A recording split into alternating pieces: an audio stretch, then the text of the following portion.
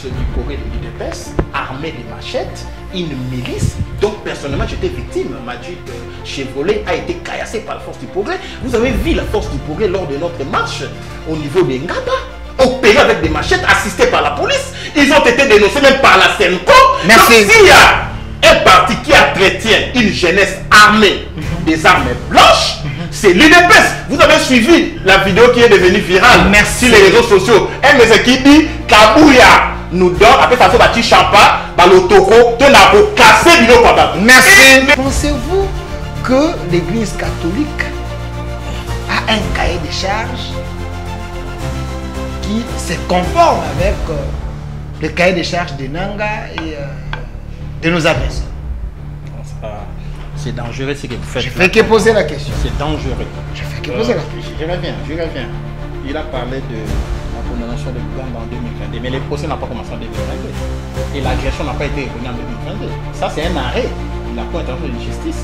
Je te renvoie à lire les livres blancs du ministère des Droits humains de 98, 99, 2000, 2001 jusqu'à 2005. Vous verrez toutes les résolutions là-dedans. Donc là, la période, c'est en quelle année? On a statué sur les faits de 2000. Parce que là, c'est la guerre qui a opposé l'Ouganda au Rwanda à Kisangani. Ce n'est pas le même cas de figure. Moi, je vous parle de la résolution cristallisant l'agression. Il a parlé de 2022. Ce n'est pas une résolution de 2022, ça c'est l'arrêt de 2022, mais l'agression a été cristallisée au regard des faits qui se sont déroulés en 2000, la guerre des 6 jours. Ça, les militaires... Répondez à ma question. Vous admettez cela. Par rapport à votre question, vous avez que 2 minutes. Jésus-Christ a dit ceci. Moi, je suis chrétien pratiquant. Vous voulez prêcher ici? Jésus a dit ceci. Vous parlez de l'église catholique, non? Mais l'église catholique ne prêche que l'évangile. Merci. Alors, Jésus a dit ceci. Je ne suis pas venu pour les gens, je suis venu pour les méchants. Ok? Afin que les méchants accèdent au royaume de Dieu. Jésus n'est pas venu pour les gens de bonne foi, les gens qui ne commettent pas le péché. Il est venu pour les méchants. Si Nanga fait partie des méchants, vous allez refuser à l'église catholique de les bénir. Ici, récient. S'il vous plaît, les dimanches, même les diables, même les sorciers se rendent à l'église, non? L'église est au milieu du village. L'église est là pour racheter les armes perdues. Vous ne pouvez pas dire, mais l'église catholique, comment ils pouvaient accepter que Nanga aille prier là-bas? Ça, c'est une tentative. Recevoir la bénédiction. On lui a donné la parole. Regardez derrière moi. Ça, c'est une tentative. Nanga même parlé dans l'église. Ça, c'est une tentative. Un tueur de Congolais. C'est une tentative d'imbécilisation spirituelle. Vous dites. Ici, Nanga, je ne peux pas faire... je ne peux pas être avocat de Nanga. Je vous fais voir qu'à l'église, tout le monde est admis. Même mon frère Francis. Ok. Lorsqu'il dit que, voilà, la Russie n'a pas reconnu la compétence de la Cour, ce qui lui met à l'abri des poursuites judiciaires. Non, je n'ai pas dit ça. Oui. Non. Lorsqu'il dit que le Rwanda n'a pas reconnu la compétence de la Cour, je crois qu'il doit visionner justement. Je vous enverrai l'émission. Ça, c'est important. Lorsqu'il dit que le Rwanda... Il y a un dossier contre la Russie. S'il vous plaît. Est-ce que les crimes ont été commis sur un territoire d'un État membre Très bien. de la Cour pénale? Et là, je crois que tu as vidé. Merci. Qui a été... Merci. Là, tu as vidé de toute sa substance mon intervention. Je voulais quand même, parce qu'il s'agit d'un débat scientifique, il était important d'éclairer l'opinion. L'église catholique est-elle complice? Vous savez, il n'a pas pu, là, démontrer, noir sur blanc, que la période où le président Tshisekedi s'était rendu à l'Est, où il avait rencontré les rebelles du RCD, était la période d'après la reconnaissance du Rwanda ou de l'Ouganda comme étant agresseur. Moi j'ai dit c'était bien avant, vous comprenez? Donc bien avant qu'il soit reconnu ainsi. Donc là je crois qu'il n'y a plus de débat là-dessus. S'agissant de... bon, il risque de me faire perdre le fil des idées. S'agissant de l'église catholique, je crois qu'il faudrait ici les patriotismes doit nous guider, nous qui sommes Congolais. Nous n'avons qu'un seul pays. Les religieux ont le même droit et obligation que nous qui sommes fidèles. Ce sont des Congolais.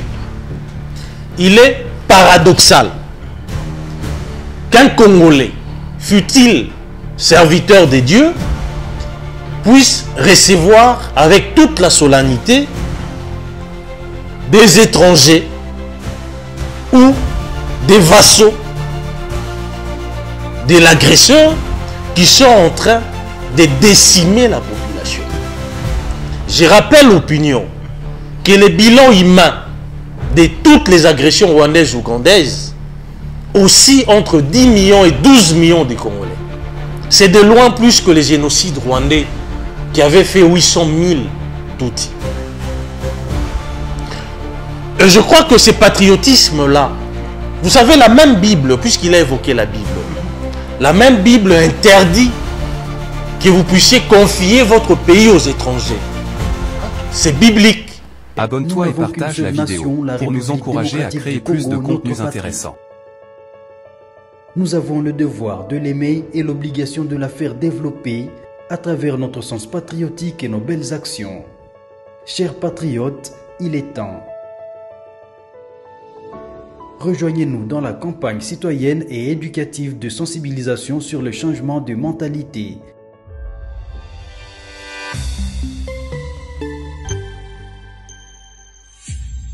Zala, bon citoyen. Soyez le bienvenu, fidèles téléspectateurs, chers Congolais. Vous êtes en train de nous suivre un peu partout dans le monde, en direct, ici sur Communication Plus Télévision. Et cette émission, vous allez aussi suivre ça sur 10e rue Télévision et plus de 16 chaînes qui nous prend en relais. Présentement, nous sommes en direct aussi sur Communication Plus TV sur YouTube. Vous allez aussi nous suivre sur Facebook, Communication Plus, également sur Au Centre TV, Delcast Télévision, dans plusieurs plateformes. Je vous avais annoncé la présence de M. India Omari, Nico Maengele et honorable Francis Chibalabala. Sur ces plateaux, je suis avec honorable Francis Chibalabala. Il est député élu de Tchangou. Il est également membre de l'UDPS, parti au pouvoir, l'ancien vice-président de l'Assemblée provinciale de Kinshasa sous les règnes de Godempoy. Honorable Francis Chibalabala, soyez le bienvenu. Merci, M. Dolphin. De l'autre côté, nous avons la présence de Maître Nico Maengele, la tête bien faite de la Mouka au cadre de la Mouka, dirigée par le président Martin Fayulu. Il est ici avec nous. Il est sur la liste des opposants radicaux du régime. Mais aujourd'hui, on va privilégier un débat républicain. Maître Nico Maengele, soyez le bienvenu. Merci beaucoup. Je suis président du Congo normal, parti membre au sein de la Mouka. Je suis également membre du collège de président de cette plateforme. Vous avez oublié que mon co-débatteur est aussi avocat. Hein, il faut le présenter complètement. Oui, c'est il est aussi un avocat. avocat. Ouais. C'est un débat des juristes. C'est un condisciple, un ami avec qui on a fini. Ok. À un moment donné, il était présent depuis, je ne sais pas s'il est toujours présent depuis, c'est-à-dire promotion Inukine Droit 2006, dont nous sommes tous membres. Je crois que la présentation est complète. Merci beaucoup. Merci, c'est gentil de votre part. Voilà, à moins que je me trompe, mais il avait abandonné les postes. Hein. Il semble que gérer les étudiants, c'était compliqué. Pas les étudiants, attention. Les anciens étudiants. Les anciens étudiants, c'est notre promotion, nous y sommes attachés. Ok. Oui. Alors, je préfère commencer l'émission avec vous. Prenez la parole. Maître Nico Maengele, c'est vrai, la thématique RDC. Le régime Tshisekedi, est-ce la cause de nos problèmes? On en parle sur ces plateaux avec Maître Nico Maengele et honorable Francis Chibalabala. Mais une question de curiosité, Maître Nico Maengele, vous étiez secrétaire général du MLP, parti cher à Franck Diongo. Une question d'histoire. Savez-vous que Franck Diongo, selon plusieurs témoignages aujourd'hui, c'était un agent double à l'époque? Il travaillait pour l'ANER sous la bénédiction ou les témoignages du président Gabriel Mokia qui a dit Franck Diongo était traître. Comment pouvez-vous être secrétaire général du parti d'un homme qui a trahi l'opposition? Non, ce sont des affirmations gratuites. Je ne suis pas porte-parole de monsieur... qui vous avez cité là? Votre ancien président. Non, vous avez parlé de Gabriel Mokia. Gabriel Mokia. Il a fait un témoignage que Franck Diongo était... Vous ne pouvez pas m'inviter pour commenter les propos de M. Gabriel Mokia, sont sérieux. J'étais secrétaire, certes, le secrétaire général du MLP, parti cher honorable Franck Diongo, dont je suis avocat conseil jusqu'en cet instant. Jusqu'aujourd'hui je suis son avocat conseil. Il semble qu'il est rebelle. Hein? Non, ne vous en faites pas, ce sont des déclarations, il ne faut pas suivre Moutamba. Dans ses égarements. Il ne faut pas suivre M. Moutamba dans ses égarements. Les ministres de la Justice. Il n'a pas, s'il vous plaît, monsieur, il n'a pas le monopole de dire qui est rebelle, qui ne l'est pas. Donc il faut laisser au pouvoir judiciaire les soins de qualifier les faits. Le ministre de la Justice n'est pas la justice, à ce que je sache. Le ministre de la Justice n'a pas pour vocation de qualifier les faits. Mais il détient les informations. Devant Élisée Odia, il avait dit « Je suis le ministre de la Justice ». Il semblait qu'il détient les informations que nous n'avons pas. Encore un G imbu de lui-même. Donc il ne remplace pas la loi. Il n'est censé ignorer la loi. En tant que ministre de la Justice, il n'est pas au-dessus de la loi. Il ne faut pas m'amener à faire un débat sur les considérations personnelles des uns et des autres. Franck Diongo, c'est un digne fils du pays. Franck Diongo, il est président du MLP. Franck Diongo est reconnu comme exilé politique en Belgique. Exilé? Exilé politique, ce n'est pas moi qui confère les statuts des réfugiés. C'est la Belgique, l'État belge qui les lui a reconnus. Donc il ne faut pas affirmer des choses ici que tel est rebelle parce que simplement... Il a pris une photo avec M. Nanga à Kampala, j'ai vu la photo. Mais il semble, selon les informations qu'il a coalisé avec eux, ils sont en train de travailler pour renverser le régime de Kinshasa. Vous êtes son ancien collaborateur aujourd'hui, son avocat conseil. Est-ce que vous vous sentez à l'aise d'être auprès d'un homme qui, sous sa bénédiction, ont tué des Congolais? Là encore, ce sont des accusations gratuites. Je ne suis pas venu à cette émission pour faire le débat. Non, mais c'est important quand même. Autour de Franck Diongo, ses faits et gestes, s'il vous plaît. Nous devons rester sur les sujets, parce que là, vous faites beaucoup d'affirmations gratuites. Beaucoup d'affirmations gratuites.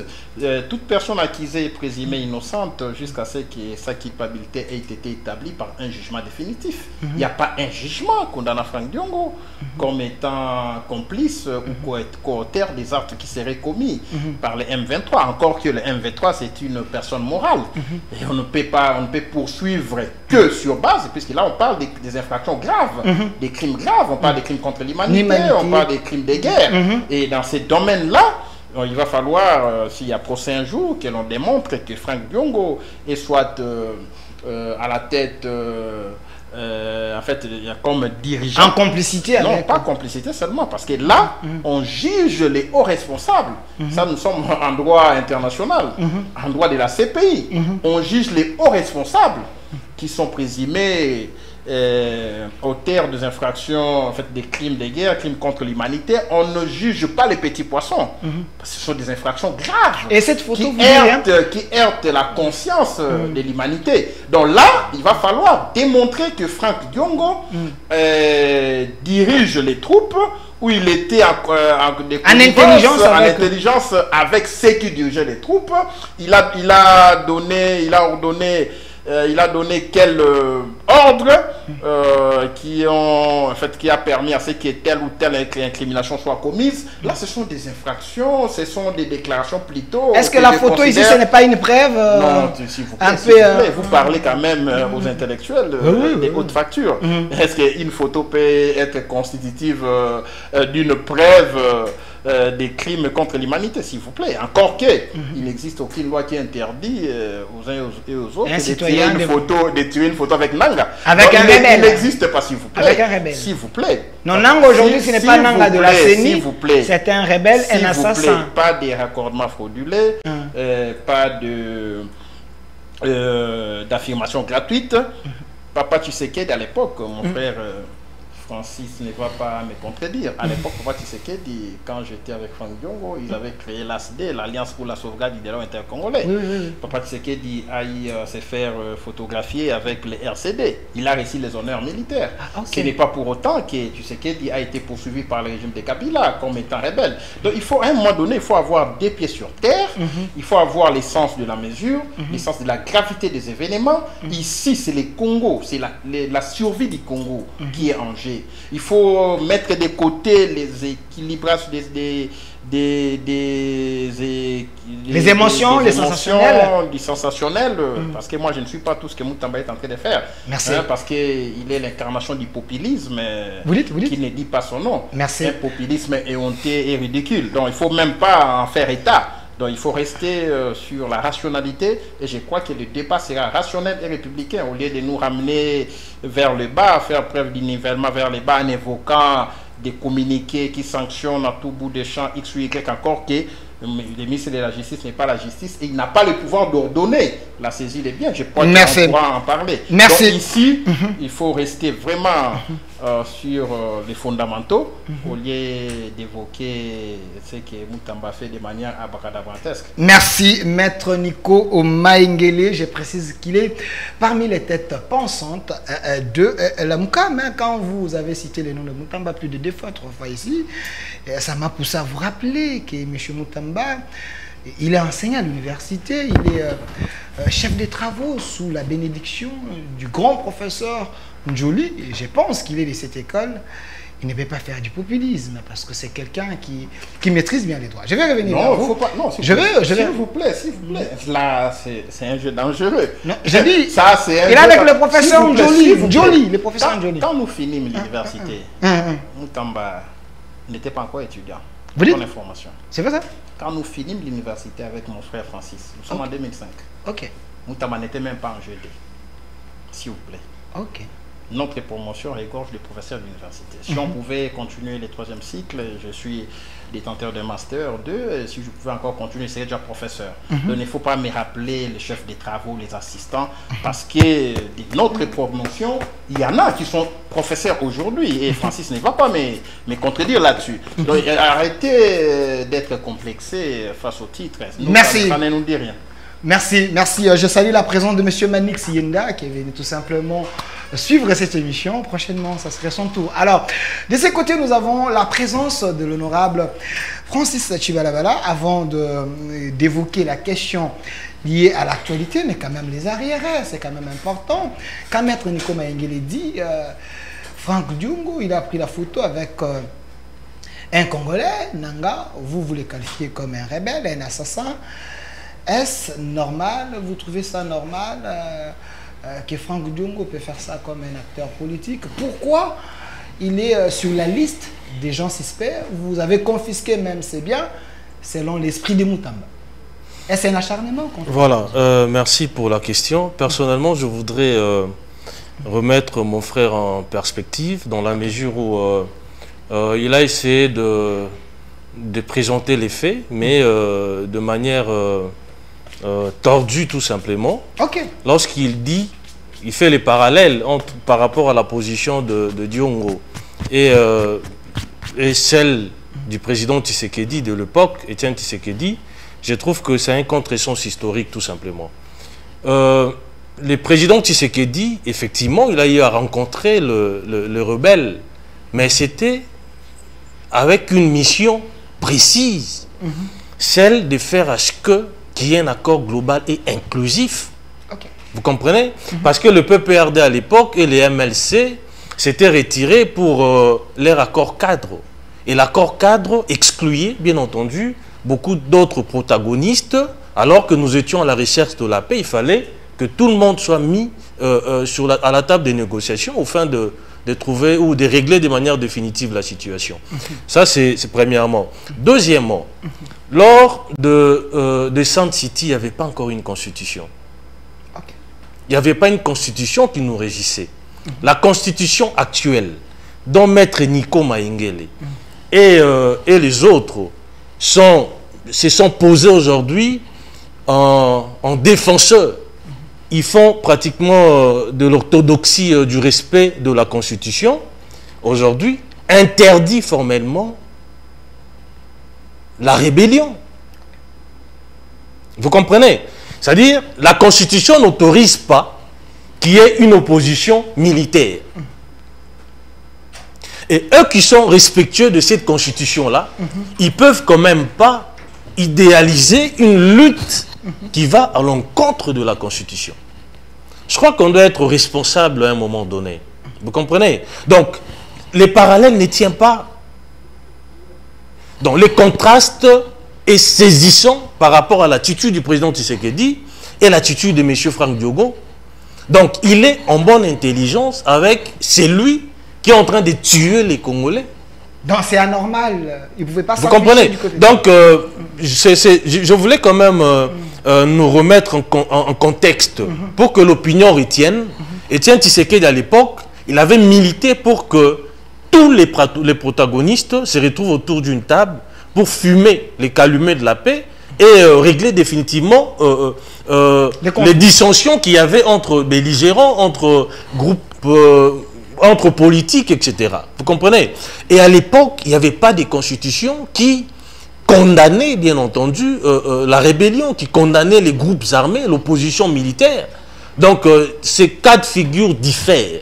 Donc, il ne faut pas ici faire le parallèle. Et votre question, je reviens maintenant par rapport à votre question, c'était laquelle? Quand j'ai dit, est-ce que Franck Diongo pouvait s'afficher du côté de...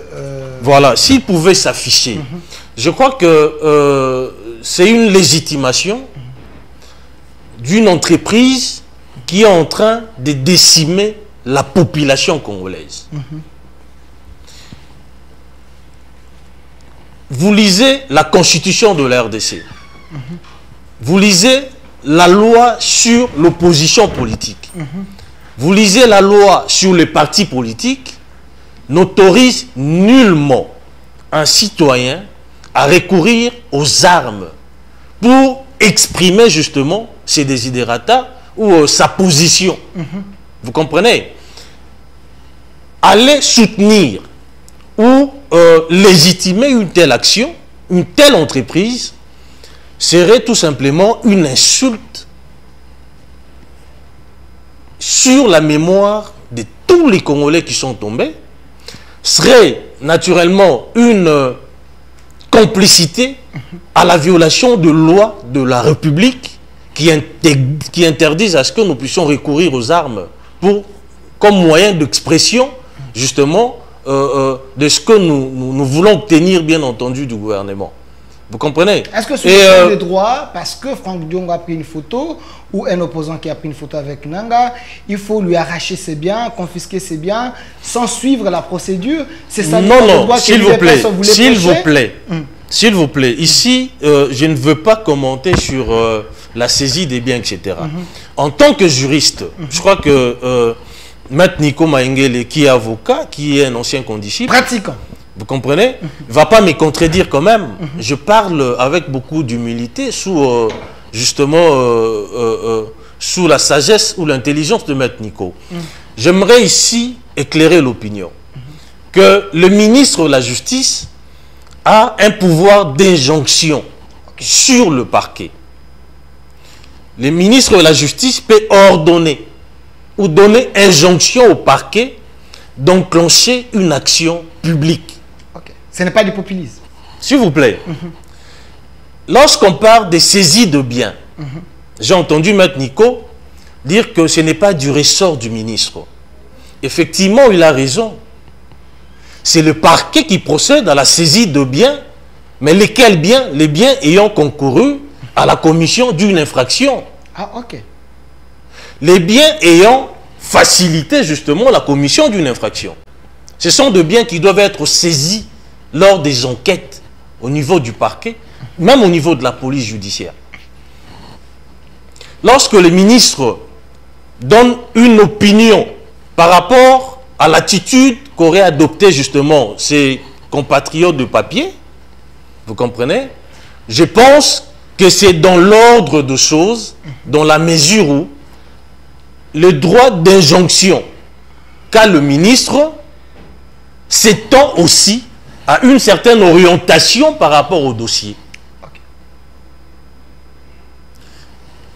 Voilà pourquoi je me dis, le ministre aurait peut-être précisé quels sont les biens qui pourraient faire l'objet justement de saisie. Bon, après, les biens qui sont saisis peuvent être confisqués demain à la suite justement d'une décision de justice. Et nous n'en sommes pas encore là. Il a parlé de saisies. Il y a de biens, les véhicules par exemple, qu'on a retrouvés dans les résidences du président Kabila, des véhicules dans lesquels on a retrouvé des objets que le parquet considère que ces objets contribuent ou concourent, bien entendu, à la commission justement de cette entreprise criminelle. Mais Maître Francis Chibalabala, une résidence privée, vous allez là-bas sans autorisation, vous volez des groupes électrogènes, vous volez des véhicules. Non, ça ce sont des accusations gratuites. Je parle de ce que Maman Olive a dit. Ce sont des accusations gratuites tout simplement. Ce n'est pas du gangstérisme. Non, il y a eu un acte de perquisition. Vous comprenez? Je crois que ça s'est fait selon les règles de l'art, selon la loi ou les lois de la République. Merci. Alors, Maître Nico Maingele, je vais vous donner les mêmes temps d'antenne. Je précise que vous êtes au cadre de la MOUCA. Est-ce l'UDPS au pouvoir fait tout pour ne pas respecter l'état des droits? Merci beaucoup. Je crois que je dois revenir d'abord sur ce que... Payer les arriérés. Sur ce que Maître Francis a développé comme argument. Il a parlé d'un parallélisme qui ne tient pas. Je crois qu'il faut placer un élément qui va éclairer la lanterne de mon frère lorsqu'il parle de parallélisme. Mais rappelez-vous, monsieur Francis, à l'époque, le président Etienne Tshisekedi, nommé Premier ministre, parce que les éléments sont légion, il y avait un acte, parce qu'il a parlé de l'absence de la Constitution. Je rappelle le fait que nous sommes en 1994, au sortir de la conférence nationale souveraine, il y a eu un acte constitutionnel de transition qui régissait la République. Normalement, si Mobutu avait respecté cet acte-là, l'AFDEL ne serait pas venu, puisqu'on devait faire la transition et faire les élections. Et M. Etienne Tshisekedi, élu président lors de la CNS, lors de la formation, à l'occasion de la formation de son gouvernement, il avait réservé quelques postes à la rébellion de l'AFDEL. C'est vrai ça? Ça, c'est l'histoire. Les gens peuvent commenter sur... Il a parlé d'un contresens historique. Ok. Voilà les contresens historiques. Il avait réservé un quota à celui qu'il avait appelé son frère, Laurent Désiré Kabila. N'est-ce pas là la légitimation d'une rébellion? Encore que là, c'était un véritable acte d'agression. Parce que l'AFDEL, c'était l'envahissement de la République. On a envahi la République par les armées étrangères, Ouganda, Rwanda, Burundi. Mais le Premier ministre issu de la CNS avait réservé un quota à l'AFDEL. C'est ça la légitimation d'une rébellion. Mais Franck Diongo tirer une photo avec Nanga, ce n'est pas la légitimation d'une rébellion. Ensuite, un autre élément de réflexion, pour éclairer ça la lanterne. Entre celui qui a reconnu que les M23 étaient une opposition armée. J'ai fait allusion à la déclaration de M. Félix Antoine Tshisekedi. Ok, l'actuel président. L'actuel président, entre guillemets. Il a reconnu que le M23 était une opposition armée. Alors qu'avant, on taxait les M23 comme un groupe terroriste.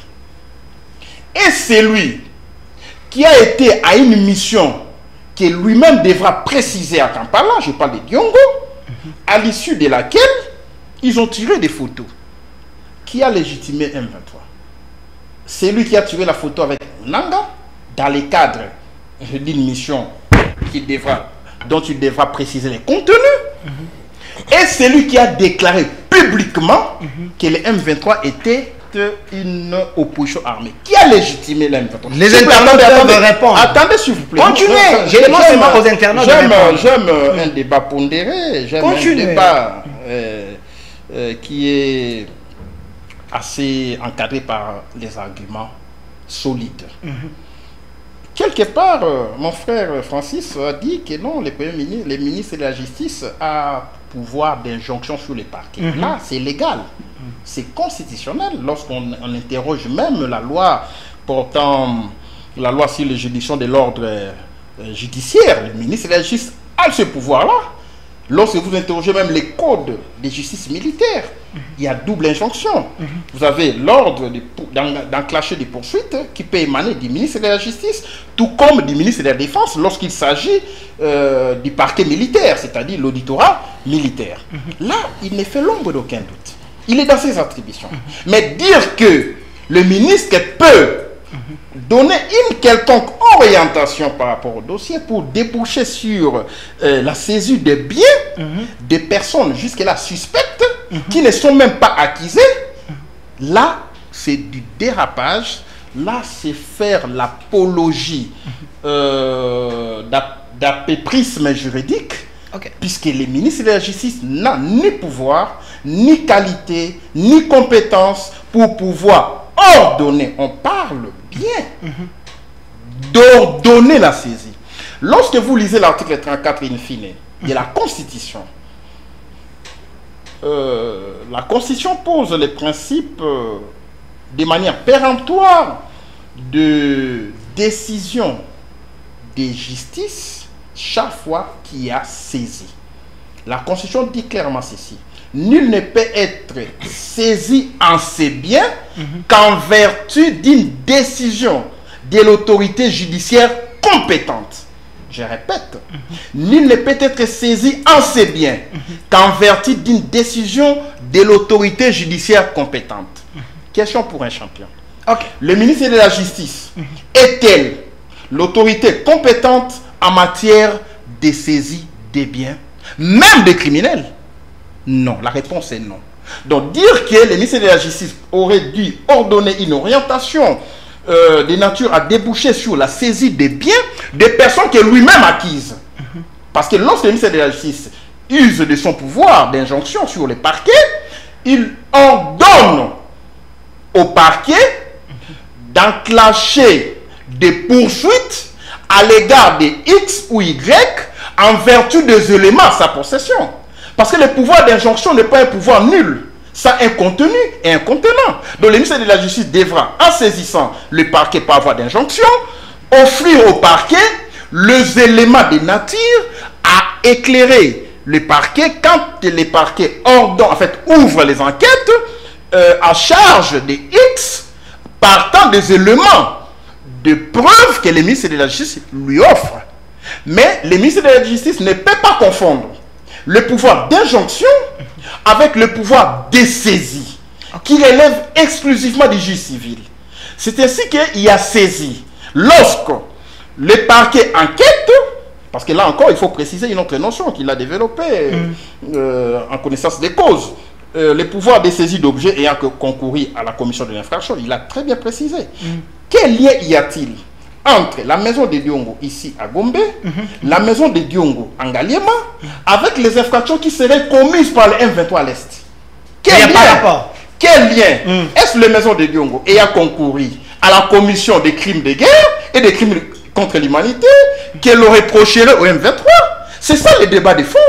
Donc ici, mon frère Francis est en train de faire du raccordement frauduleux pour justifier les attitudes d'un ministre qui, en réalité, n'en est pas un. Ici, on ne défend pas les ministres parce qu'il est de la majorité. Il faut défendre la science. Donc ici, dire que les ministres auraient dû orienter, je demande à mon frère Francis de donner la base juridique, puisque l'avantage d'être juriste, c'est aussi le fait que un juriste se distingue des autres scientifiques par la rigueur de son argumentaire, par les bases juridiques sur lesquelles fonde son argumentaire. Donc, M. Moutamba a fauté. M. Moutamba, en tant que ministre de la Justice, puisqu'il est investi de l'autorité publique, en ordonnant la saisie de biens des personnes suspectes, il se rend coupable de l'infraction de l'atteinte aux droits garantis aux particuliers, fait prévu et puni par l'article 180 du Code pénal ordinaire. C'est-à-dire, attendez, s'il vous plaît, ça c'est la science. Lorsque vous lisez l'article 34 de la Constitution, la propriété privée est garantie.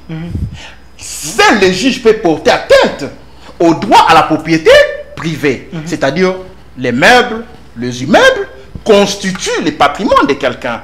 Et quand le ministre de la Justice porte atteinte, il ordonne à ce que l'on procède à la saisie de ces biens-là. Partant, il se comporte comme un juge. De deux, seuls les juges, une fois la saisie ordonnée, il appartient maintenant à l'huissier de la justice. Pas comme mon confrère l'a dit, au parquet d'exécuter. C'est à l'huissier de la justice d'exécuter l'ordre des saisies. C'est-à-dire qu'on parle de procès verbal de saisie. On parle de procès verbal de saisie des biens qui est différent du procès verbal de saisie d'objets. Parce que les parquets, là je crois que peut-être c'est un lapsus, les parquets établissent un procès verbal de saisie d'objets ayant trait avec la commission d'une infraction quelconque. Par exemple, un véhicule qu'on a utilisé pour commettre un crime, ces véhicules peuvent être saisis lors des enquêtes au niveau du parquet. Ok. Une arme dont on s'est servi pour tuer, on peut procéder à la saisie d'objets, c'est-à-dire la saisie de cette arme-là, qui lors du procès doit être présentée au juge pénal. Maintenant, si le juge pénal condamné par exemple Nanga, comme Nanga a été condamné à la peine de mort, et que cette condamnation est assortie des dommages et intérêts, ce qui constitue une créance en droit au profit des victimes des infractions qu'aurait commises Nanga, c'est en ce moment-là, ce jugement-là est considéré comme un acte exécutoire sur base duquel les juges civils devra ordonner la saisie des biens de Nanga. Donc vous comprenez la nuance. Mais ici, on met la charrue devant le bœuf. Le ministre de la Justice ordonne la saisie de biens des personnes qui ne sont pas condamnées. Encore qu'il n'a pas ces pouvoirs-là. Donc j'avais bien voulu que cela soit élagué de l'argumentaire de mon frère et confrère lorsqu'il pense que le ministre de la Justice a ces pouvoirs-là, alors qu'il y a en droit administratif comme en droit politique. Merci. Les compétences sont d'attribution. Vous gardez encore la parole. Merci pour ces éléments purificateurs. Alors, maître, vous confirmez que le régime Tshisekedi se distingue en violation de loi? Mais c'est le non-dit de mon dit. Je l'ai dit en d'autres termes. Lorsque le ministre de la Justice viole l'article 34 de la Constitution, lorsqu'il sera coupable d'atteinte aux droits garantis aux particuliers, notamment les droits à la propriété, il viole la Constitution, alors que la RDC a vocation d'être un état de droit. En vertu de l'article 1 de la Constitution. L'article 1er de la Constitution vous dit la RDC est un état laïque, un état de droit. Ça, c'est une proclamation constitutionnelle.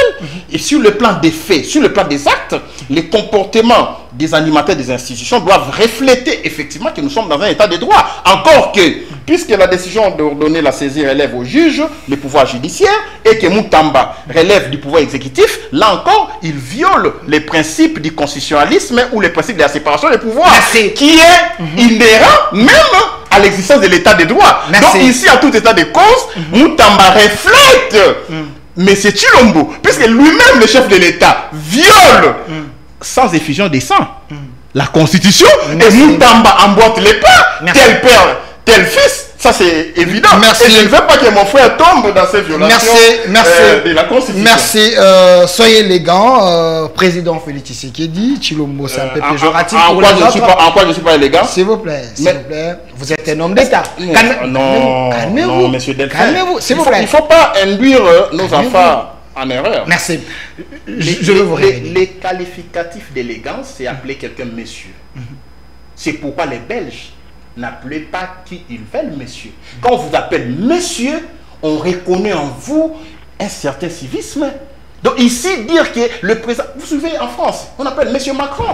Donc ici, on fait l'apologie des titres. Vous verrez, je laisse le pouvoir à mon frère, vous verrez quelqu'un qui se présente comme étant professeur, docteur, bidoc. Alors qu'on est déjà professeur d'université, on est docteur. Donc ici, au Congo, on est aussi reconnu par cette apologie des titres. On peut appeler M. Tshilombo sans pourtant les verser. Donc vous savez, même Kabila, nous l'avons appelé M. Kabila. Cela ne lui ôte pas les statuts ou l'étoffe du chef de l'État, même si il a acquis cette étoffe-là par des méthodes très recommandables. Merci, maître Nico Maïngele. Comprenez que c'est un opposant qui vient de parler. Non, c'est un Congolais qui parle. Mais je pense, et j'exhorte aux étudiants qui sont en train de nous suivre et aussi aux internautes de prendre un cahier et un stylo parce que la matière est en train de couler dans cette émission. Il faut noter et aux internautes d'intervenir. Laissez vos commentaires. Prenez part au débat. Alors, Maître Francis Tchibalabala, honorable député national, ancien vice-président de l'Assemblée provinciale de Kinshasa. Ajoutez membre de l'IDPS. Membre de l'UDPS. Oui, il faut toujours ajouter ça. Calmez-vous. Parti au pouvoir. Pourquoi vous faites tout pour faire souffrir l'âme d'Etienne Tshisekedi dans sa tombe? L'IDPS au pouvoir, on pouvait quand même voir mieux et respecter l'état du droit comme les testaments d'Etienne Tshisekedi en écoutant cette leçon magistrale de M. Nikoma Nguele. J'ai l'impression que Tshisekedi là où il est en colère contre vous. Voilà. Personnellement, je ne sais pas si Maître Nico m'a contredit. Ok. Je vois pas. Je l'ai suivi à un moment donné. Il a fait un peu du coq à l'âne. À un moment donné, il s'est perdu en conjecture. Et personnellement, j'ai dit ceci. Les ministres de la Justice a demandé à ce qu'il y ait la saisie de biens. Les ministres n'ont pas dit qu'il saisit le bien. Vous comprenez? Ça, c'est quelque chose qu'il faudrait préciser. Les ministres, en les disant, ils savent très bien qui a la compétence de procéder à la saisie de biens. Ok. Le ministre, par rapport à son pouvoir d'injonction, l'injonction, ça ne veut pas dire que ouvrir une action pénale, directement le parquet ouvre. Cette injonction se cristallise par une certaine orientation que les ministres donnent au parquet. Il m'a demandé de produire une disposition légale. Politique ou scientifique? S'il vous plaît. Il m'a demandé de produire une disposition légale. Non, là je renvoie mon frère à la doctrine. C'est la doctrine qui a défini les pouvoirs d'injonction du ministre de la Justice vis-à-vis du parquet. Je reviens en disant que le ministre n'a pas saisi. Ça, c'est une parenthèse que je referme rapidement. Parlons de... Il y a encore un narratif que je considère un narratif rwandais personnellement, que j'ai entendu de mon ami Nikoma Nguele, lorsque il travestit la stricte vérité des faits. Les factuels tranchent avec les vocabulaires qu'il a employés. S'agissant du président Tshisekedi. Il a dit, après avoir été nommé Premier ministre, il avait réservé une place pour l'opposition, un quota pour l'opposition armée. Faux? Attendez. Je me répète en disant que le président Tshisekedi n'avait pas légitimé les actions de rebelles d'alors. Le président Tshisekedi, sa présence aux côtés de rebelles était tout simplement parce que, pour l'intérêt supérieur de nos compatriotes, la solution factice que nous auraient proposée les PPRD et les MLC n'allait pas résoudre le problème à la racine. Et il fallait que tous les acteurs, tous les protagonistes se retrouvent autour d'une table. C'est grâce au président Tshisekedi qui a eu l'accord global et inclusif. C'est grâce à lui qu'on a obtenu cette constitution qui nous régit actuellement. Vous comprenez? Grâce? Naturellement, parce que s'il n'y avait pas un accord global et inclusif, il n'y aurait pas non plus la constitution actuelle. Donc, un compatriote, pour l'intérêt supérieur de Congolais, a voulu que tout le monde se retrouve autour d'une table pour que chacun, en ce qui les concerne, arrondisse les angles au fin de déboucher sur une solution. Vous les taxez d'avoir fait allégeance ou d'avoir légitimé une action de rebelle. Quand vous parlez de tout quand vous parlez de tout le monde, y compris les Rwandais que vous traitez aujourd'hui. Non, écoutez, non. J'aimerais, voilà pourquoi. Ils sont Rwandais selon le régime actuel. Voilà pourquoi je suis en train de vouloir battre en brèche ces narratifs-là qui consistent à désorienter l'opinion par rapport à la posture du président Tshisekedi. Il y a une différence entre les regards que nous portons aujourd'hui sur le Rwanda, et c'est lui qui était porté en son temps. Ok.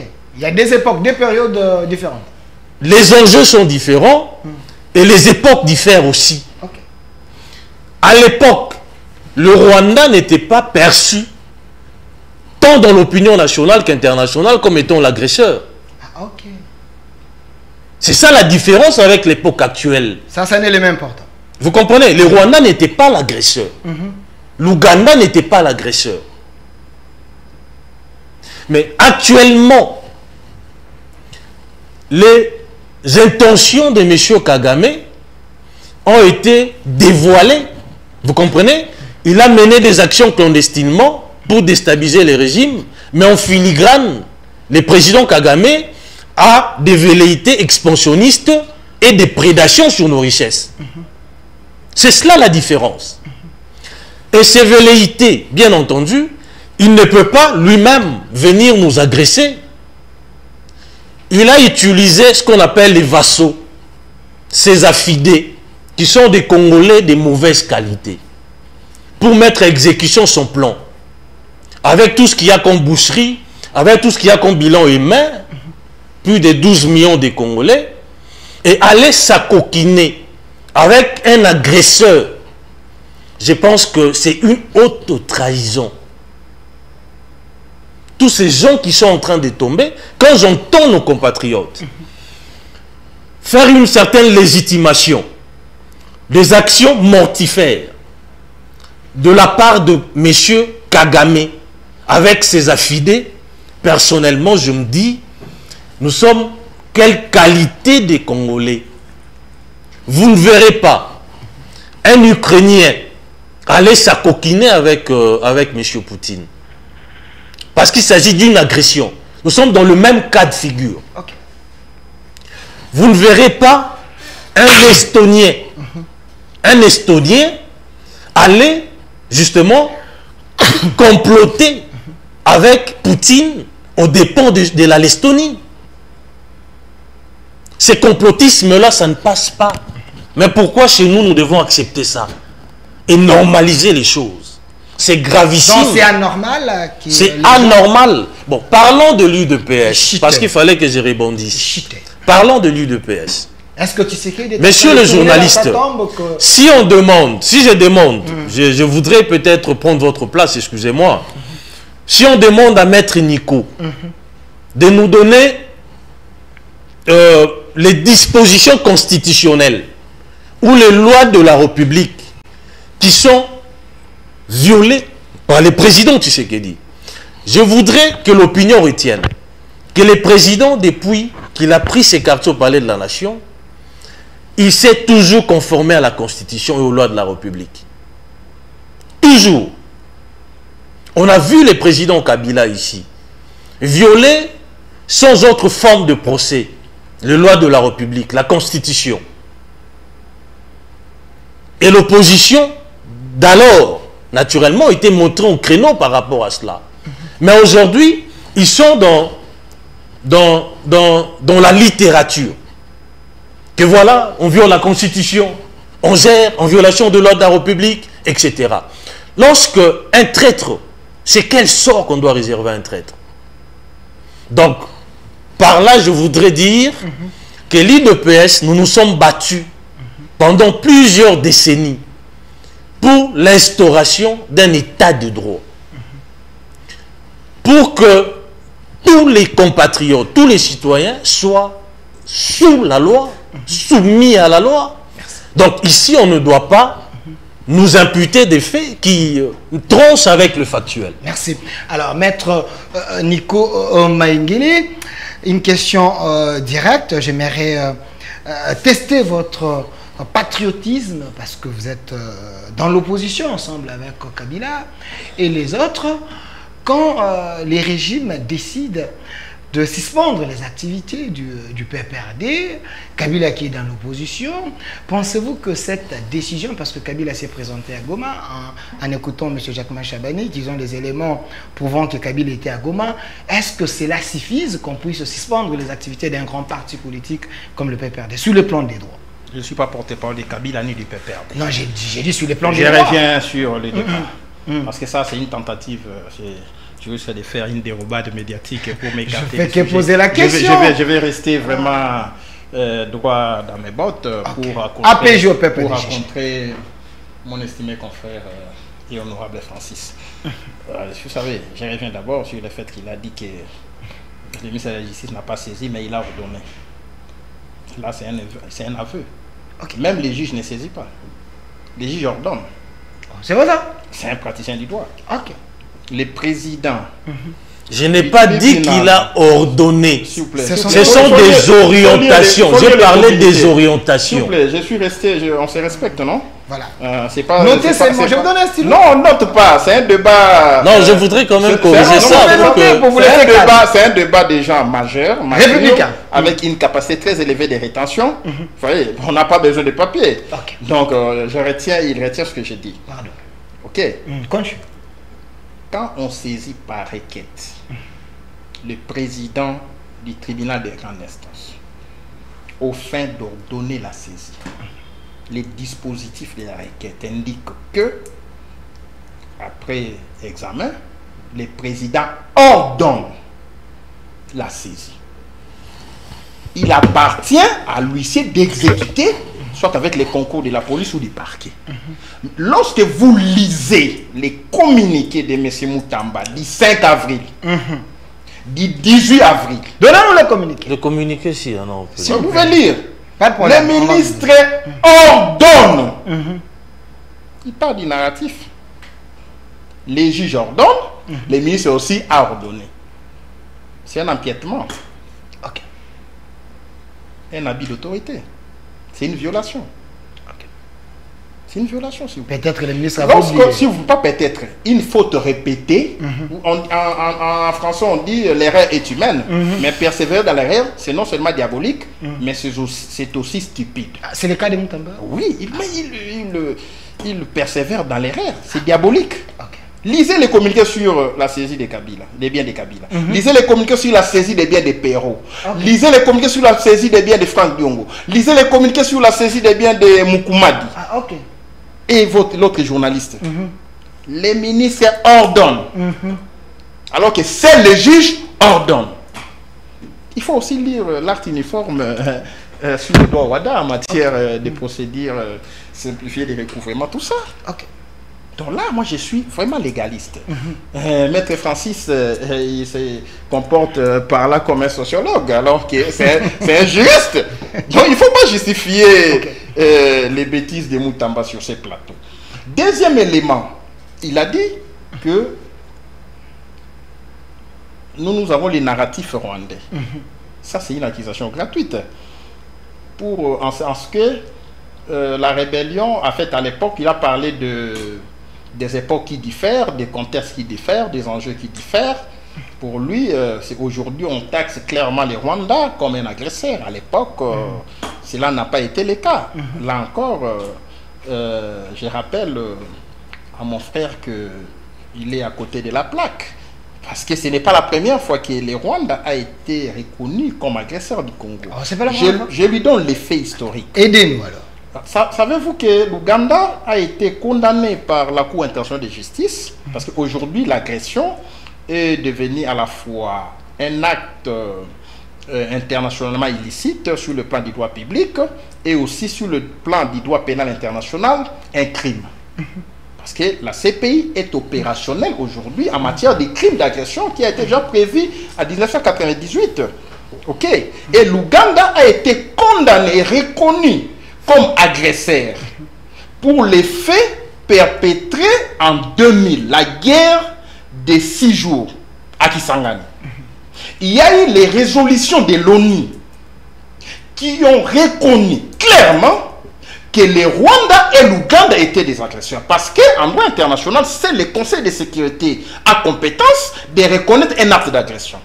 Et en vertu de la résolution des Nations Unies, que l'Ouganda a été condamné.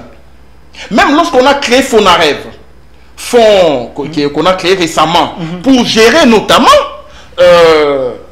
les dommages et intérêts payés par l'Ouganda, c'est sur base d'une condamnation de la Cour internationale de justice qui a condamner les faits qui s'étaient cristallisés en 2000. Mouzé à l'époque, en 2001, a obtenu aussi, à l'époque où M.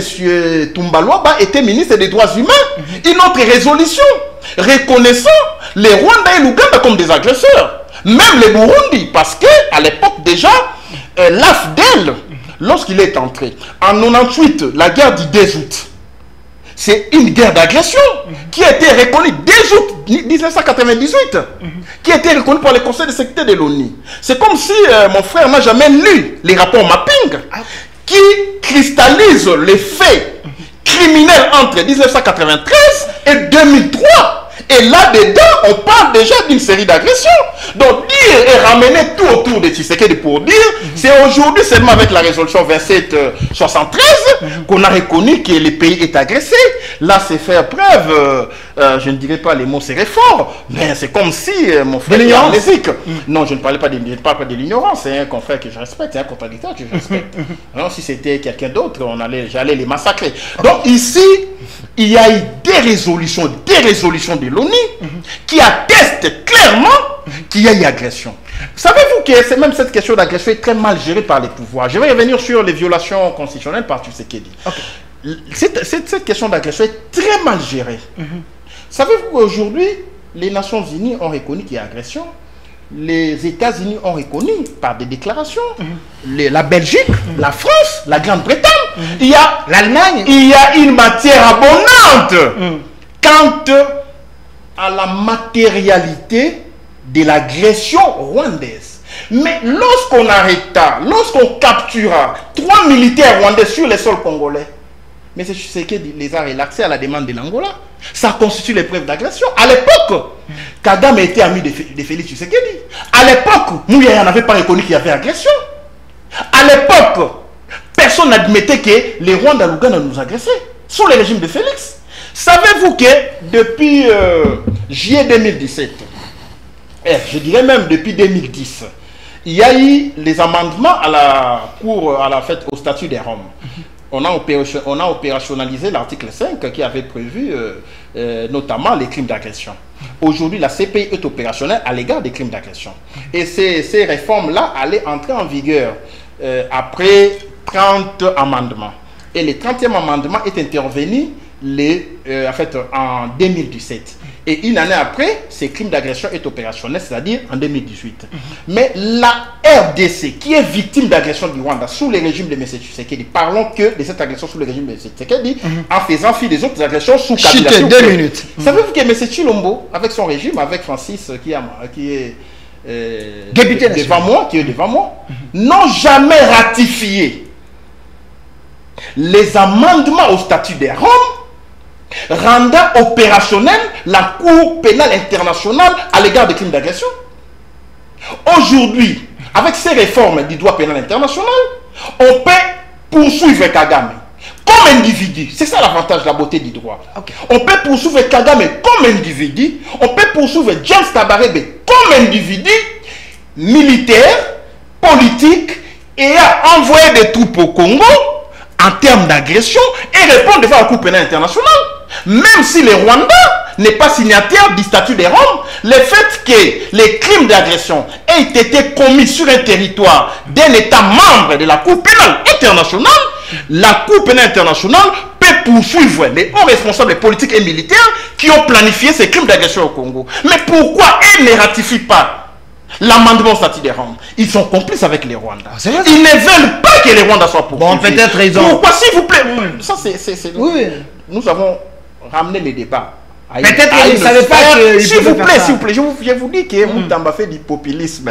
Les ministres de la Justice auraient dû aider la République. Les ministres des Affaires étrangères auraient dû aider la République à ce que nous ratifions l'amendement au statut des Roms pour que les individus... Parce qu'à l'époque, l'agression sous la Cour internationale de justice ne concernait que les États comme un acte international illicite. Un acte international illicite. Mais aujourd'hui, avec l'évolution du droit, l'agression devient un crime. Donc ici, si réellement on combat, parce qu'il a parlé du narratif rwandais, je vous démontre qu'ils sont des mèches avec les Rwandais en bypassant une formalité juridique essentielle, indispensable, à la poursuite des individus qui ont planifié l'agression dont il se prévaut. Merci. Par rapport à... 5 secondes, Chité. une minute. Par rapport aux violations intempestives de la Constitution, il y en a plein, donc je ne cite que quelques-unes, mais c'est Félix Chilombo a violé la Constitution plus d'une fois. Plus d'une fois. Lorsqu'il a été à l'EAC, nous avons adhéré à l'EAC sans un acte de ratification préalable qui aurait dû être pris par une loi de ratification qui aurait dû être prise par le Parlement.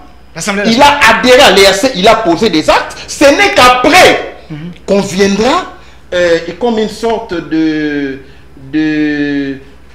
régulariser. En matière de traités internationaux, on ne veut pas régulariser. Après avoir commis les actes, les chefs de l'État négocient les traités.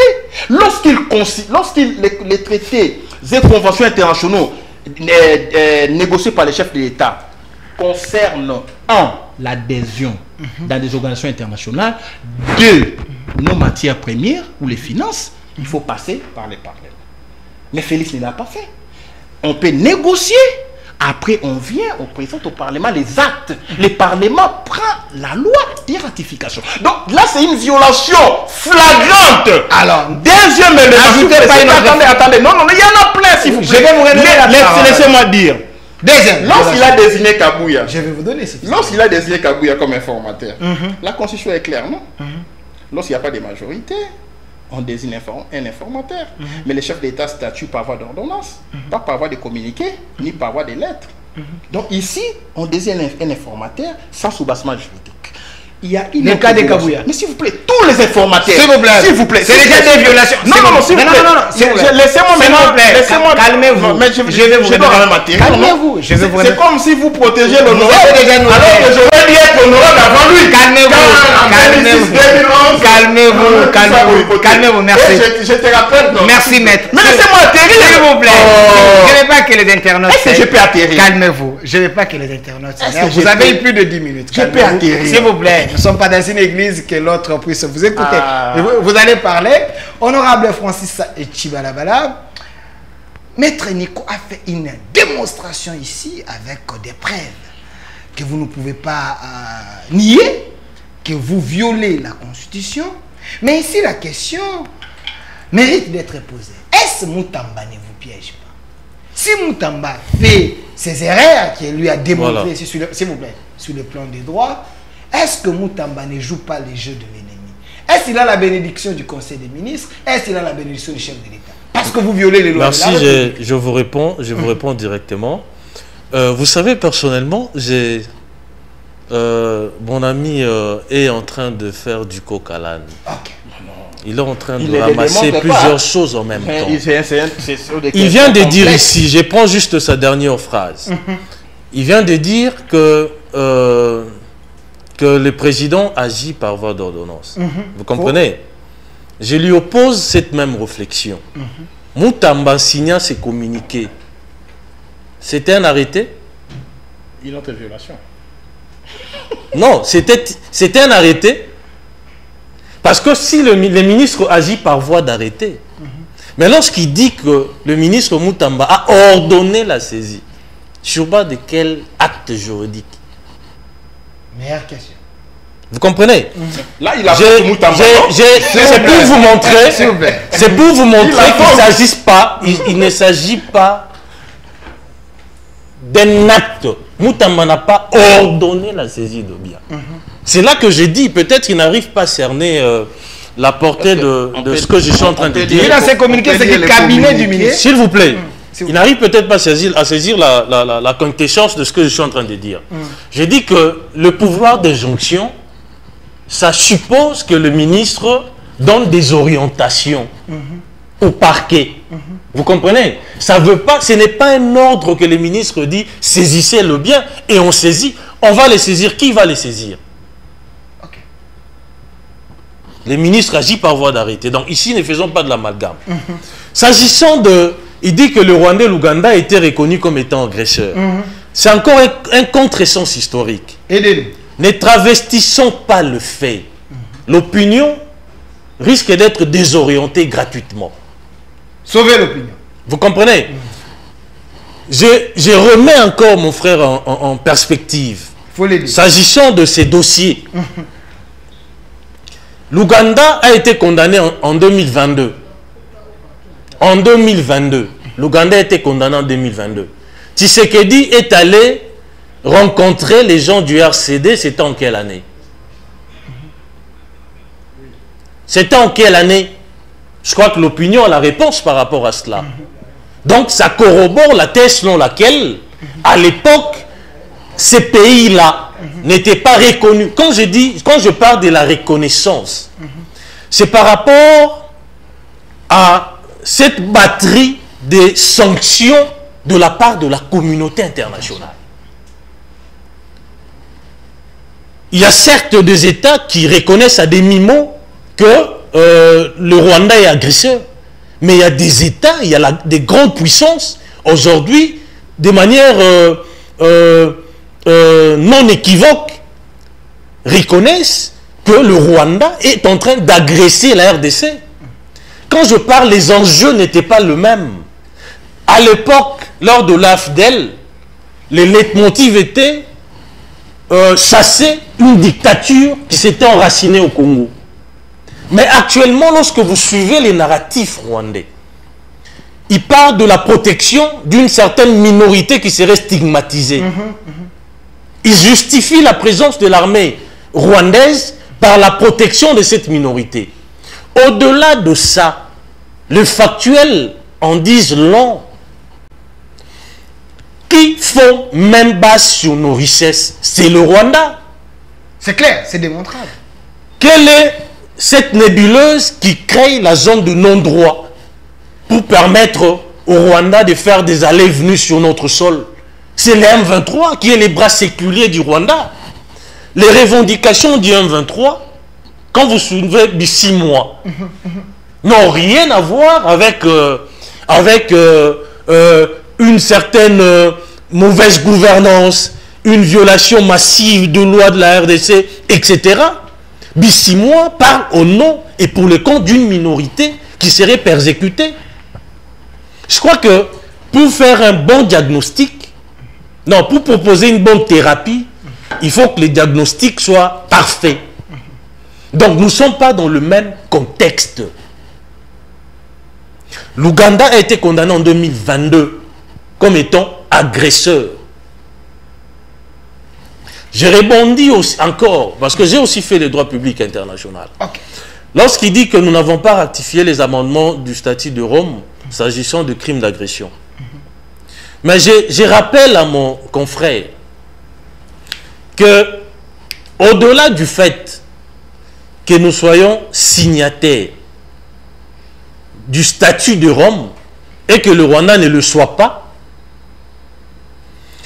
au cas où nous n'en étions pas signataires, la simple reconnaissance de la compétence de la Cour pénale internationale suffit pour que celle-ci vienne enquêter par rapport aux crimes qui sont reconnus dans les statuts de Rome. Ah, ok. Dans les circuits. Premièrement. Deuxièmement, les conseils de sécurité, que vous soyez membre ou pas, peut ordonner à la Cour pénale internationale d'enclencher des poursuites contre un État qui serait reconnu coupable des crimes de guerre, des crimes d'agression, etc. Maître Nico noté. J'ai fait mienne la question que vous aviez posée s'agissant du PPRD. Parce que mon confrère a éludé cette question-là. Je crois qu'aujourd'hui, l'opinion a compris le bien fondé, justement, de la décision du ministre de l'Intérieur. Jacques Machavet. Je rappelle à l'opinion publique, nationale et internationale, que les partis politiques sont régis par la loi de 2007. Non, de 2004. L'opposition politique est régie par la loi de 2007. Lorsque vous parcourez ces lois, je rajoute même la constitution de la RDC, qui parle aussi de manière linéaire de de partis politiques. Ces instruments juridiques ne permettent pas ou ne reconnaissent pas une opposition militaire, une opposition armée. Ça ne fait pas partie du jargon dans ce qui concerne le parti politique. Le parti politique sont régis par la loi que j'ai précédemment citée, et le parti politique ne peuvent pas mener des actions de nature à mettre en difficulté l'indépendance, notre indépendance, la souveraineté de l'État. Je vous donne quelques faits. Chité. Lorsque celui qui est reconnu sur le plan des textes, sur le plan de la décision du PPRD, comme étant l'interface du PPRD, vis-à-vis des tierces, vis-à-vis du pouvoir, est en lieu et place, et là encore c'est en violation de la loi portant statut des anciens présidents, qui lui astreignent un devoir de loyauté, de réserve, loyauté, de probité, loyauté vis-à-vis des institutions de la République. Lorsque l'institution président de la République incrimine le Rwanda, fustige les mots opératoires de cette nébuleuse qui tue le compatriote, et vous qui devriez être loyal vis-à-vis de cette institution-là, vous y allez à contresens. Demandez seulement que je rebondisse. Attendez, j'aimerais que l'opinion ne s'énerve pas. Vous avez commencé l'émission, je vous donne le mot de la fin et c'est Honorable qui va terminer l'émission. Je vous donne suffisamment le temps, je pose la question, vous allez répondre. Non, moi je voulais dans mon temps d'antenne que j'ai seulement 30 secondes. Ça ne te voit l'aise. Ça va partir. Je vais vous donner. On n'a pas de stylo. Je vais vous donner le temps. S'il vous plaît, ça, je vous pose la question. Je te vois venir. Vous allez payer les arriérés, vous chutez aussi à répondre. Alors, ma question... 30 secondes, je répondis savoir la question. C'est très important. Parce que vous m'avez demandé de noter lorsqu'il parlait de la saisine de la Cour pénale internationale par les conseils de sécurité. Répondissez comme ça, vous allez... Ça, c'est très important. Pas de problème. Il a également parlé de la déclaration de reconnaissance de la compétence de la Cour. Les Rwandais ne l'a jamais fait. Tu le sais mieux que moi. Il ne m'a pas compris non plus. S'il vous plaît. Les Rwandais ne l'a jamais fait. Nous sommes signataires du statut de la Cour pénale internationale. Mais il y a une procédure particulière à ce qui concerne les crimes d'agression. C'est ça la nouveauté. À ce qui concerne les crimes d'agression. Pour que la Cour poursuive ces crimes-là, il y a un préalable. Le Conseil de sécurité doit reconnaître l'agression. Ok. Les procureurs saisissent les conseils lorsqu'ils veulent poursuivre un crime d'agression et les conseils a 6 mois pour prendre une résolution en vertu de la charte de l'ONU, je crois les articles 37 suivants. Le Conseil de sécurité reconnaît qu'il y a agression, ce qui permet à la Cour de poursuivre. Et ici, le Conseil de sécurité, lorsqu'il saisit en ce qui concerne la poursuite du crime d'agression, il va devoir d'abord reconnaître l'agression.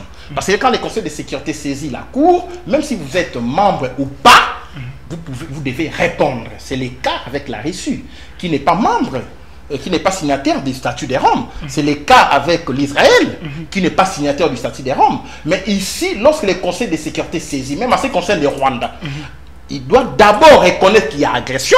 On saisit, on défère la situation, on appelle ça la situation du Rwanda devant la Cour pénale internationale. Au fin des poursuites là, il ne se pose aucun problème. Mais ici, la RDC, qui est censée être victime du crime d'agression, aurait dû ratifier l'amendement pour que ces crimes-là soient opérationnels. Même si on est membre de la CPI, les pays qui n'ont pas ratifié l'amendement à l'égard de l'opérationnalisation du crime d'agression, la CPI ne peut pas poursuivre. C'est ça la nuance que Francis ne note pas. Donc ici, il ne suffit pas seulement d'être membre, les statuts ayant été amendés, les amendements relatifs au crime d'agression doivent être ratifiés au même titre que les statuts. Ça, c'est une nuance que mon confrère n'a pas admise. Alors, par rapport, s'il vous plaît, je pose maintenant la question. Posez la Comme question. ça, vous allez terminer l'émission. Et la dernière question. Nous avons suivi, nous tous, ici, l'histoire des dons ou l'argent donné par le prélat. On les a donné l'argent par les Rwandais, les Kenyans et l'Ouganda. Mais hier, nous avons suivi, nous tous, Nanga s'est présenté dans une église catholique et il a été béni par le prêtre de l'église catholique. Mais c'est l'opposition qui demande à ce que l'église catholique, la Senko, puisse organiser les dialogues entre le régime et les opposants. Pensez-vous que l'église catholique a un cahier de charges qui se conforme avec le cahier de charges de Nanga et de nos agresseurs? C'est dangereux ce que vous faites. Je fais que poser la question. C'est dangereux. Je fais que poser la question. Je reviens. Il a parlé de la condamnation de l'Ouganda en 2022, mais les procès n'ont pas commencé en 2022. Et l'agression n'a pas été reconnue en 2022. Ça, c'est un arrêt de la Cour internationale de justice. Je te renvoie à lire les livres blancs du ministère des Droits Humains de 98, 99, 2000, 2001 jusqu'à 2005. Vous verrez toutes les résolutions là-dedans. Donc là, la période, c'est en quelle année? S'il vous plaît, on a statué sur les faits de 2000. S'il vous plaît. Parce que là, c'est la guerre qui a opposé l'Ouganda au Rwanda à Kisangani. Ce n'est pas le même cas de figure. Non, moi je vous parle de la résolution cristallisant l'agression. Il a parlé de 2022. Ce n'est pas une résolution de 2022, ça c'est l'arrêt de 2022, mais l'agression a été cristallisée au regard des faits qui se sont déroulés en 2000, la guerre des 6 jours. Ça, les militaires... Répondez à ma question. Vous admettez cela. Par rapport à votre question, vous avez que 2 minutes. Jésus-Christ a dit ceci. Moi je suis chrétien pratiquant. Vous voulez prêcher ici? Jésus a dit ceci. Vous parlez de l'église catholique, non? Mais l'église catholique ne prêche que l'évangile. Merci. Alors, Jésus a dit ceci.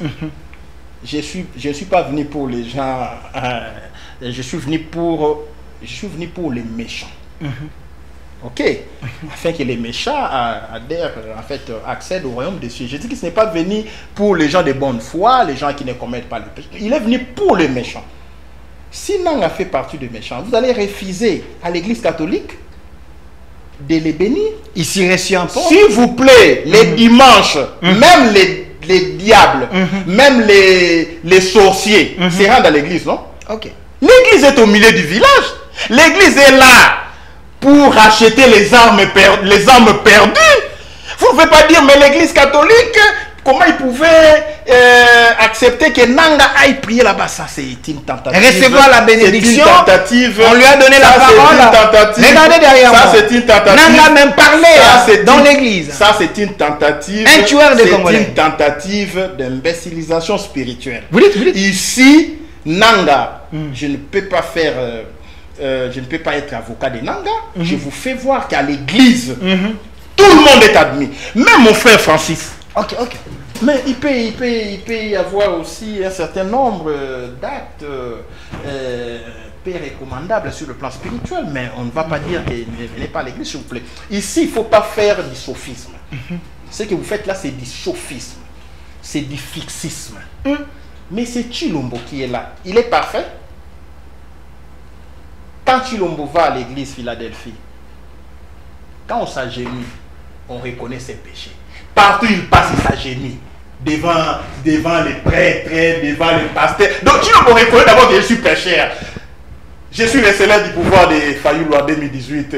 Si vous pouvez me pardonner mes péchés. Partout il passe. Vous êtes un peu passéiste. Non, je vous fais. Vous êtes passéiste. Évoluons avec vous. Vous voulez que Nanga en soit autrement. Ici, je vous fais voir que l'église accepte même les voleurs, même les tricheurs, même les récélaires électoraux, même les gens qui sont auteurs de coups d'État, même ceux qui ont commis les crimes de guerre, les crimes contre l'humanité. L'église est là pour prêcher la bonne nouvelle. Merci. Il ne faut pas dire que Nanga a été à telle église. Bon alors, si tel est le cas, puisque tu veux qu'on arrive... Pourquoi c'est l'église catholique? Demandez à Francis qui est du pouvoir de fermer l'église catholique.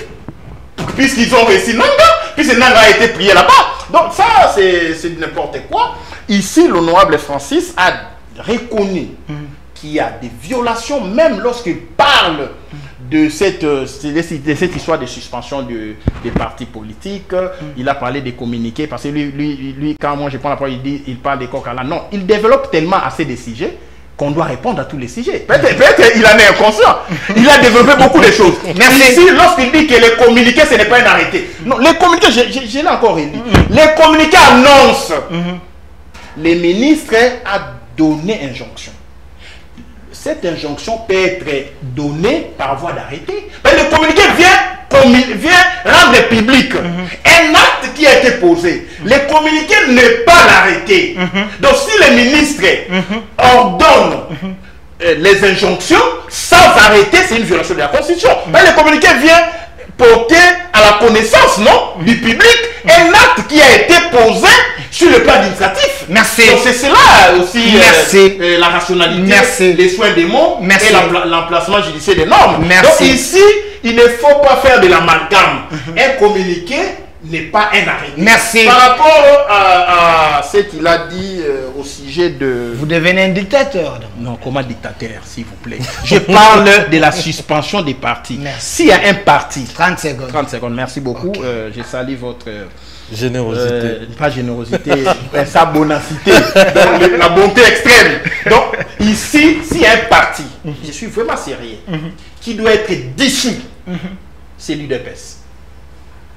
Vous ne voyez pas la jeunesse dite force du progrès avec des t-shirts force du progrès de l'UDPS armée de machettes, une milice. Donc personnellement j'étais victime. Ma Jeep Chevrolet a été caillassée par la force du progrès. Vous avez vu la force du progrès lors de notre marche au niveau des Ngaba, opéré avec des machettes, assistés par la police. Ils ont été dénoncés même par la SENCO. Merci. Donc s'il y a un parti qui entretient une jeunesse armée des armes blanches, c'est l'UDPS. Vous avez suivi la vidéo qui est devenue virale sur les réseaux sociaux. Un monsieur qui dit Kabouya nous donne, après ça, bâti champa, balotoko, tenako, cassé, bino, papa. Merci. Et monsieur Francis est là. Merci. Pour dire que non, on a suspendu 30 secondes, on a suspendu les activités de merci. Mais on a aussi suspendu les activités de l'UDPS. Merci, l'UDPS soutient même les Ouazalendo. Merci. En vertu de quoi les Ouazalendo ont pris les armes. Merci. Parce que vous avez vu. Comprenez, c'est un opposant. Vous avez dit que. Calmez-vous. Vous avez dit que, s'il vous plaît. Calmez-vous. Vous avez dit que. Les armes ne peuvent être maniées que par l'armée. Mais comment vous tolérez des Ouazalendo? Merci. Merci. Merci. Donc, ça, c'est l'UDPS n'est pas un exemple de démocratie ni de l'état de droit. Calmez-vous. Chassé du pouvoir, en vertu de l'article 64, vous avez dit calmez-vous. Merci. Nulle part, on dit qu'on ne peut pas... Maître Nico Maïngele. L'article 64 est ambigu. Maître Nico Maïngele. Maître, je vais vous suspendre. Je risque de vous suspendre. Non, merci. Vous n'êtes pas devenu Boussembe quand même. Un pouvoir. Merci Maître Nico Maïngele. J'aimerais. Parce que malheureusement, les langues aussi revendiquent l'article 64. Merci. Malheureusement. Merci. Maître Nico Maïngele, les jours que je vous verrai dire que Tshisekedi est un dictateur, moi je vais répliquer parce que vous devenez dictateur dans mon plateau. Alors, honorable Francis Etchibalabala, je vous donne le mot de la fin. Ah bon? Vous êtes du pouvoir et quand même apparemment ça n'entrait pas. De prendre un peu de minutes parce que c'est tout ce que j'ai dit. L'opposant a déjà pris beaucoup. C'est un complot, ça n'enregistre pas. Merci. Là, vous avez des micros. Ah bon, là, mais ne vous dérangez pas. Je m'étais assis dessus. Vous avez des micros, ne vous dérangez pas. Merci beaucoup. Alors, honorable Francis Etchibalabala, est-ce que l'Église catholique elle est complice de nos assassins? Merci, monsieur le journaliste. C'est également votre mot de la fin. Je crois que je suis très heureux de partager ces plateaux avec mon ami. Il est de l'opposition, je suis du pouvoir, mais on a toujours entretenu de très bons rapports. Je crois que c'est un exemple que beaucoup de politiques doivent suivre. On est opposés sur le plan de la gouvernance, sur le plan idéologique. Nous ne sommes pas opposés physiquement, nous ne sommes pas des ennemis. J'ai rebondi sur quelque chose qu'il avait dit, que je trouve amer. Amer? En effet. Okay. Lorsqu'il dit que voilà, la Russie n'a pas reconnu la compétence de la Cour, ce qui lui met à l'abri des poursuites judiciaires. Non, je n'ai pas dit ça. Ouais. Non. Lorsqu'il dit que le Rwanda n'a pas reconnu la compétence de la Cour, Je crois qu'il doit visionner justement. Je vous enverrai l'émission. Ça, c'est important. Lorsqu'il dit que le Il y a un Rwanda... dossier contre la Russie. S'il vous plaît. Est-ce Les qu'il peut terminer? crimes ont été commis sur un territoire d'un Merci. État membre Très bien. de la Cour pénale. Et là, je crois que tu as vidé. Merci. Merci. Qui a été... Ok. Merci. Là, tu as vidé de toute sa substance mon intervention. Je voulais quand même, ça, parce qu'il c'était s'agit ça, d'un débat peut-être, scientifique, merci. il était important d'éclairer l'opinion. Oui. L'Église catholique est-elle complice? Vous savez, il n'a pas pu, là, démontrer, noir sur blanc, que la période où le président Tshisekedi s'était rendu à l'Est, où il avait rencontré les rebelles du RCD, était la période d'après la reconnaissance du Rwanda ou de l'Ouganda comme étant agresseur. Moi, j'ai dit c'était bien avant. Vous comprenez? Donc, bien avant qu'il soit reconnu ainsi. Donc là, je crois qu'il n'y a plus de débat là-dessus. Il y a débat. S'agissant de... bon, il risque de me faire perdre le fil des idées. S'agissant de l'Église catholique, on est vraiment... S'agissant de l'Église catholique, Voilà. je crois qu'il faudrait ici les patriotismes doit nous guider, nous qui sommes Congolais. Nous n'avons qu'un seul pays. Les religieux ont le même droit et obligation que nous qui sommes fidèles. Ce sont des Congolais. Il est paradoxal qu'un Congolais, fût-il serviteur de Dieu, puisse recevoir avec toute la solennité des étrangers ou des vassaux de l'agresseur qui sont en train de décimer la population. Je rappelle l'opinion que le bilan humain de toutes les agressions rwandaises ou ougandaises aussi entre 10 millions et 12 millions de Congolais. C'est de loin plus que les génocides rwandais qui avaient fait 800 000 Tutsis. Et je crois que ce patriotisme-là, vous savez, la même Bible, puisqu'il a évoqué la Bible, la même Bible interdit que vous puissiez confier votre pays aux étrangers. Okay. C'est biblique. Donc, au-delà d'être l'église au milieu du village, puisqu'elle doit l'être, je parle de l'église catholique, lorsqu'il s'agit des Congolais. Vous n'allez pas demander à un évêque ou à un cardinal ukrainien de célébrer une que le président Poutine ou Sergei Lavrov ou un dignitaire du régime Poutine aurait pris part. Mais Nanga n'est pas rwandais. Non, s'il vous plaît, il y a eu des Rwandais là-bas, j'ai vu Kanyoka, etc. Ce sont des Rwandais. Bon, c'est toi qui attribues maintenant. Non, il est connu, il est un secret pour personne. Mais autour de Félix, au-delà de ça, il y a plein de Rwandais. Vous n'allez pas demander à je prends des pays baltes. 5 secondes. Les pays baltes qui sont opposés farouchement à la Russie, on a même vu, ils ont retiré les droits des citoyens à la population rwandophone. Parce que ces pays estiment que ces populations font allégeance à leur pays, aux Russes, et à la population russophone, excusez-moi, font allégeance à la Russie. Vous comprenez? Lorsqu'il s'agit de l'intérêt d'une nation, ne venez pas nous dire, parce que ceux qui nous ont amené la religion ne font pas ce que nous sommes en train de faire. Merci. Honorable Francis Chibalabala, je précise que vous êtes cadre de l'UDPS, ancien vice-président de l'Assemblée provinciale, élu de Tchangou. Merci d'avoir répondu. Et à l'époque, quand il était vice-président de l'Assemblée provinciale, j'avais adressé une lettre à l'Assemblée provinciale réclamant mes droits en tant qu'ancien directeur de l'alimentation et des études. Il exerçait l'intérim du président de l'Assemblée. Il n'a jamais accusé réception. Okay. Voilà. Les gens... Alors, je crois que ce sont des accusations gratuites. La ville me doit au moins 100 000 balles. Okay. Je vous l'ai dit. Ce sont des accusations gratuites. Merci. Il n'a jamais accusé réception. Merci. En plus, il s'agissait de l'opposant. Merci. Alors qu'ici, il a dit, nous sommes tous compatriotes. Merci. Ce sont les divergences de vues, Merci. des opinions. Merci Maître Nico Maïngélé. Je précise aussi que vous avez fait les études ensemble avec Honorable Oui, Francis on a fait des bonnes études, puisque à l'époque, quand nous étudions, Moutamba aussi a fait les bonnes études. Il n'y avait pas trop d'internet comme aujourd'hui, où merci. les étudiants trichent avec les téléphones. Merci. Nous, on a enduré avec... De l'autre côté, il y avait la présence de Maître Nico Maïngélé. Il est au cadre de la MOUCA. Il est dans l'opposition radicale. Je suis de la résistance. Merci d'avoir répondu à notre invitation. Vous parlez de la résistance.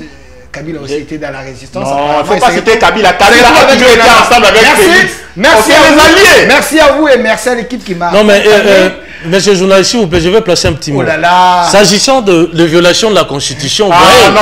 il a marmonné, il a cherché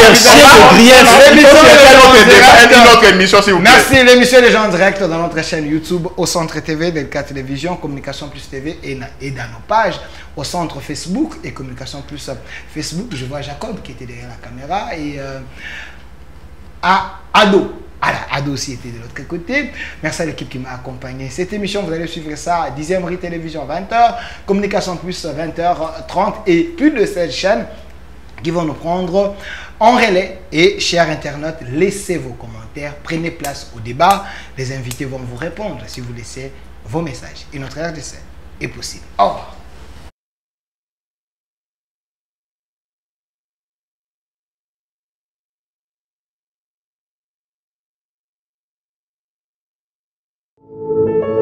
Puisque nous sommes tous Congolais, nous n'avons qu'une seule nation, la République démocratique du Congo, notre patrie. Nous avons le devoir de l'aimer et l'obligation de la faire développer à travers notre sens patriotique et nos belles actions. Chers patriotes, il est temps. Rejoignez-nous dans la campagne citoyenne et éducative de sensibilisation sur le changement de mentalité.